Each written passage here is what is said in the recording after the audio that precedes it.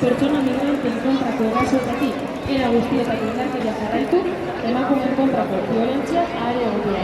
La culpa de todo lo que estamos padeciendo la tienen ellos.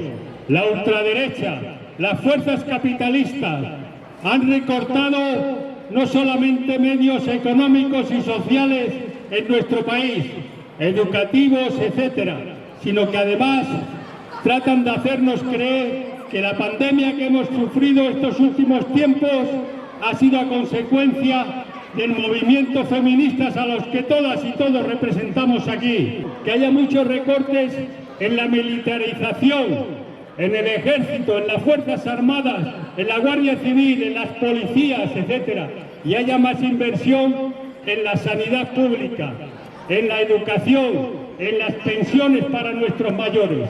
El 80% de los ciudadanos que han muerto en este país se han producido en las residencias privadas, en esos buitres que solamente están sedientos de dinero.